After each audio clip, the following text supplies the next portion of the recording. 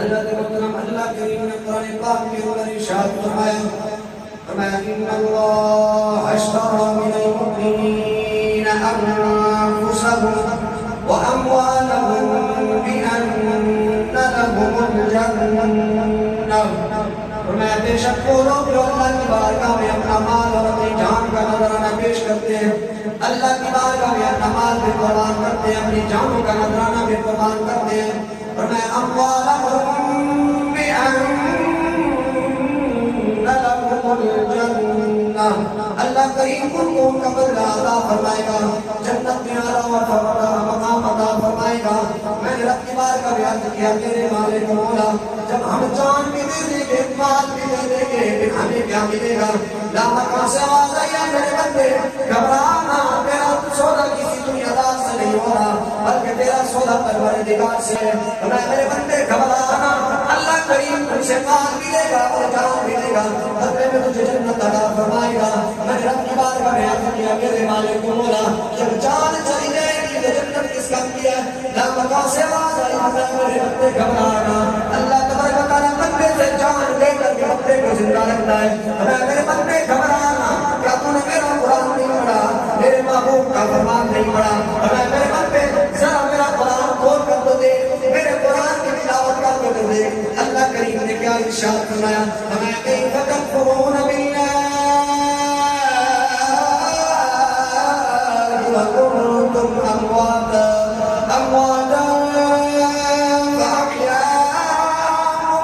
ثم يميتكم ثم يحييكم ثم إليه ترجعون.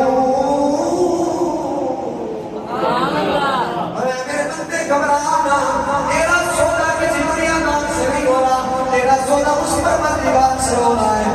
اللہ تبارک و تعالیٰ نے ارشاد فرمایا میں نے اپنے بندوں کو زندہ کیا، جو مردہ تھے میں نے ان کو پیدا کیا، ان کو زندگی دی، پھر ان کو موت دی جائے گی، پھر ان کو زندہ کر کے جناب اس کو زندہ کیا جائے گا. میں ثم إليه ترجعون، حتیٰ کہ وہ بندے رب تعالیٰ کی طرف لوٹ کر جائیں گے. لیکن اللہ تبارک و تعالیٰ نے لوگوں کو پہلے زندگی دی، لوگ پہلے موجود نہیں تھے.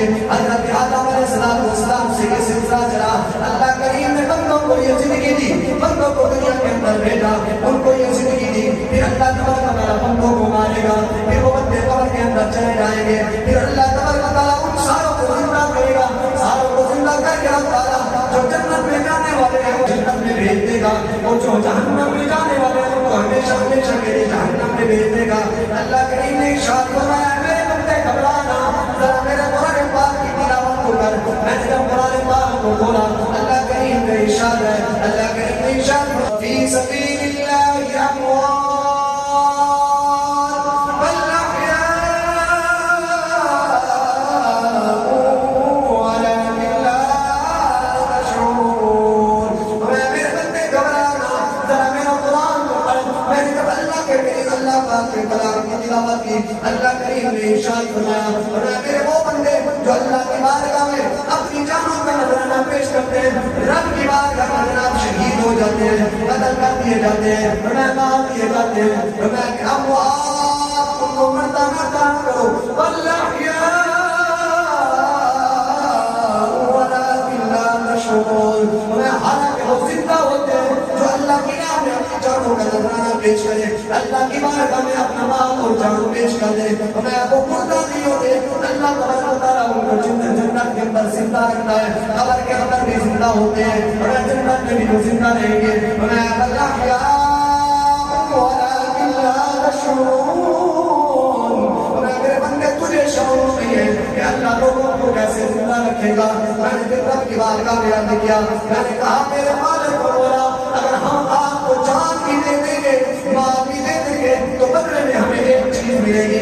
خالق کائنات نے ارشاد فرمایا میرے بندے گھبرانا، میں قادر مطلق ہوں، تم سے دو چیزیں لے کر ایک چیز نہیں دوں گا بلکہ میرے قرآن پاک کی تلاوت ہوگا. میں نے پھر رب کے کلام کو بولا اللہ کریم نے ارشاد فرمایا من جاء بالحسنۃ فلہ عشر امثالها. میرے بندے جو رب کی بارگاہ میں ایک چیز دیتا ہے اللہ ایک بدلے 10 عطا فرماتا ہے. میں گھبرانا، تو جان دے گا، مال دے گا، اللہ تمہیں اس کے بدلے فرمایا تسلیمیاں عطا فرمائے گا آنے کے کائنات میں ارشاد فرمایا بندے گھبرانا ذرا آگے چل آگے میرے پاک کلام کی تلاوت کو کر میں بھی جناب اللہ کریم کے پاک کلام کی تلاوت کی اللہ کریم نے ارشاد فرمایا میں مثل الذین ينفقون اموالهم في سبيل الله كمثل حبة أنبتت سبع سنابل في كل سنبلة مئة حبة والله